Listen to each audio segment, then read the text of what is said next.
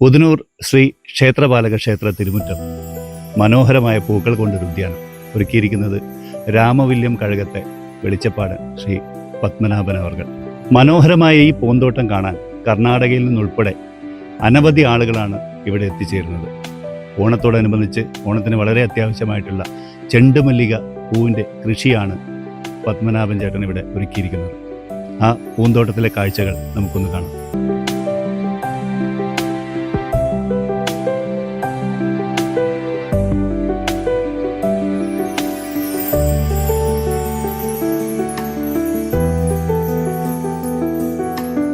ഞാൻ പത്മനാഭൻ വെളിച്ചപ്പാട് രാമവില്യം കഴകം പുതുനൂർ ക്ഷേത്രപാലക ക്ഷേത്രത്തിന് തിരുമുറ്റത്ത് ചെണ്ടുമല്ലി കൃഷി ചെയ്തത്. അപ്പോൾ ആദ്യമായിട്ട് ഈ ചെണ്ടുമല്ലി കൃഷിക്ക് തറമറിക്കണം.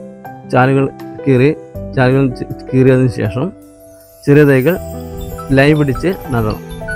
അതിനുശേഷം 10 ദിവസം കഴിഞ്ഞതിന് ശേഷം 6 ഇല വരുമ്പോൾ ചെടികൾ കട്ട് ചെയ്യുക. കട്ട് ചെയ്തതിന് ശേഷം കട്ട് ചെയ്തത് നടാം നമുക്ക്.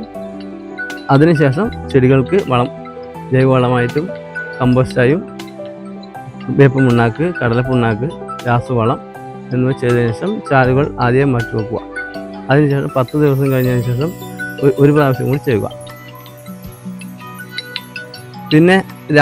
പിന്നെ പിറ്റേത്തെ ഒരു 10 ദിവസം കഴിഞ്ഞ ശേഷം രാസവളം ചെയ്യുക. അതിനുശേഷം എല്ലാം മൈക്രോ ന്യൂട്രിയൻസ് ആണ് ചെയ്യുന്നത്. എല്ലാം സ്പ്രേ ആയിട്ടാണ് ചെയ്യുന്നത്. പിന്നെ ഇത് രണ്ടാമത്തെ പ്രാവശ്യമാണ് ചെണ്ടുമല്ലി കൃഷി ചെയ്യുന്നത്. നമുക്ക് ഓണവിപണിയെ ലക്ഷ്യമാക്കിയിട്ടാണ്. മനസ്സിന് നല്ലൊരു സന്തോഷം, ശരീരത്തിന് നല്ലൊരു പവർ, അതാണ് ഈ ചെണ്ടുമല്ലി കൃഷിയിൽ നിന്ന് ഒരാൾക്ക് കിട്ടുന്നത്. ഞാൻ ഒറ്റയ്ക്കാണ് ഇത് ചെയ്തത്. ഇത് ചെയ്ത് തീരാൻ പറ്റാത്തതുകൊണ്ട് 2 ദിവസം ഒരാളെ കൂട്ടിയിരുന്നു. ബാക്കിയെല്ലാം ഞാൻ ഒറ്റയ്ക്ക് ചെയ്തതാണ്.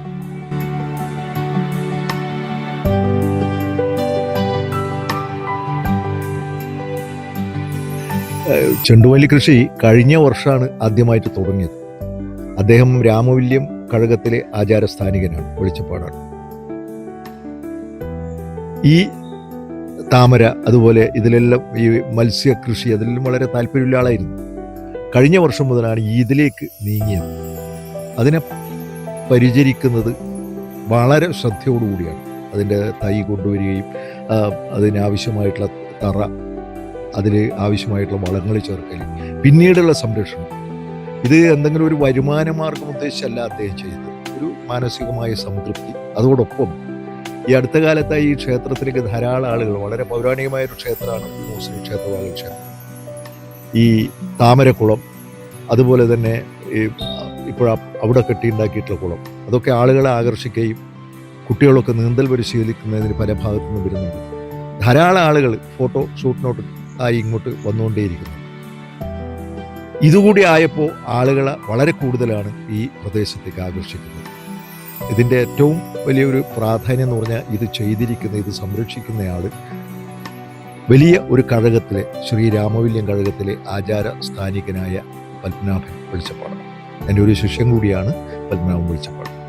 ക്ഷേത്ര ഭാരവാഹികളും നാട്ടുകാരും ഒക്കെ അദ്ദേഹത്തിന് ആവശ്യമായിട്ടുള്ള സപ്പോർട്ട് നൽകുന്നുണ്ട്. മനോഹരമായി ഈ പൂന്തോട്ടം ഒരുക്കിയിരിക്കുന്നത് 2 ഭാഗത്തു നിന്ന് നോക്കിയാൽ 2 രീതിയിൽ കാണുന്നത് പോലെയാണ്.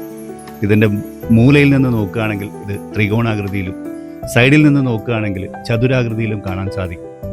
ഇത് കാണാൻ വരുന്ന പ്രേക്ഷകരോട് ഒരു വാക്ക് പത്മനാഭൻ ചേട്ടന് പറയാനുണ്ട്. ദയവ് ചെയ്ത് നിങ്ങൾ പൂക്കൾ പറിക്കരുത്. മനോഹരമായ ഒരു പൂന്തോട്ടമാണിത്. ഈ ചെണ്ടുമല്ലിക്ക് കൃഷി ചെയ്തതിന് രീതിക്കൊരു പ്രത്യേകത ഉണ്ട്. ഇത് കറക്റ്റ് ലൈൻ പിടിച്ച് ചെയ്തതാണ്. 4 കോർണറുകളിൽ നിന്ന് നോക്കുമ്പോൾ 4 ഡൈമണ്ടായിട്ട് മാറും.